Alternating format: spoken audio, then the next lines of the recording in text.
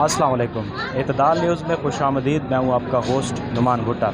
नाज़रीन, इस टाइम मैं मौजूद हूँ डेर इस्माइल ख़ान के अंदरून शहर जो चुगलिया है। यहाँ पर 10वीं मुहर्रम उल हराम का जो मरकज़ी जुलूस है यहाँ से गुज़रने के करीब है और कुछ जो है यहाँ से गुज़र भी चुके हैं। तो इस हवाले से जो इंतज़ामिया है उसके हवाले से सिक्योरिटी के फुल प्रूफ इंतज़ाम किए गए हैं। इसके हवाले से जो हमारे WHO के एहलकार हैं और ख़ास तौर पर रेस्क्यू 1122 के जो एहलकार हैं उन्होंने अपने मुख्तलिफ़ जो टीमें हैं वो लोगों को फैसिलिटेट कर रही हैं। इस हवाले से आज हम बात करेंगे। हमारे साथ रेस्क्यू 1122 के जो डिस्ट्रिक्ट एमरजेंसी ऑफ़िसर हैं फ़ज़ल मनान साहब, हम इनसे गुफ्तगू करेंगे और इस हवाले से मज़ीद इनसे बात करेंगे। अस्सलाम वालेकुम सर। वालेकुम अस्सलाम। Thank you so much. आज चूँकि 10वीं मुहर्रम हराम है और अभी तकरीबन जुलूस जो है ना डिवाला से 2 जुलूस निकल भी चुके हैं। मल्टीपल स्पॉट्स पे मतलब हमने अपनी मेडिकल टीमें जो है ना तश्कील दी है।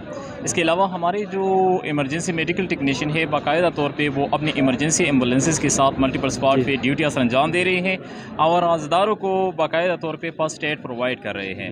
इसके अलावा हमारे जो मल्टीपल पॉइंट्स पे मल्टीपल गाड़ियाँ तैनात है। इसमें फायर टेंडर भी है, फायर बाइक भी है, मेडिकल बाइक्स भी हैं।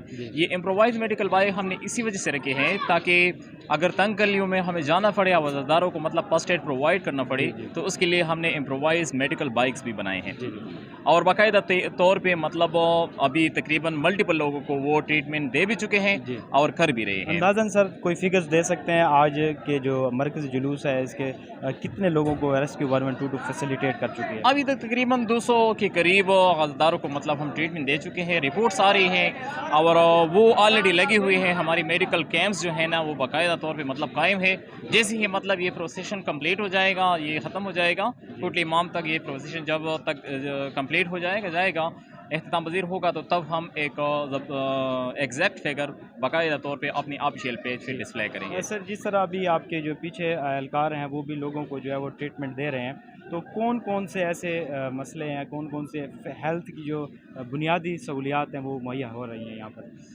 इधर फी बाकायदा तौर पे फर्स्ट एड रिलेटेड जिस तरह ब्लीडिंग होते हैं तो ब्लीडिंग के हवाले से हमारे साथ जो फर्स्ट एड मेडिसिन है वो कम्प्लीटली हमने प्रोवाइड कर दी हैं।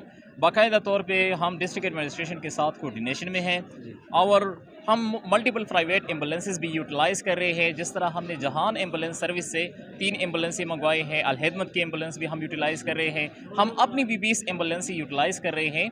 इसके अलावा तकरीबन 12 एम्बुलेंसें हमने बाकायदा तौर पे चूँकि हेल्थ डिपार्टमेंट के एम्बुलेंसेस हमें मिली हुई हैं तो हमने दोबारा इनको हेल्थ DHO साहब के हवाले कर दी हैं ताकि इनकी जिधर पे मेडिकल टीम तश्कील दी गई है उधर पे वो एम्बुलेंसेस जो है ना ट्रांसपोर्टेशन पर्पज़ के लिए भी हम इस्तेमाल कर रहे हैं उनके लिए, और वो उनके साथ मेडिकल कैंप लगा के बाकायदा तौर पे coordinately as a team work हम इस प्रोसेशन को कामयाब बनाएंगे जिस तरह हमने माजी में कामयाब बनाया है। बहुत शुक्रिया सर।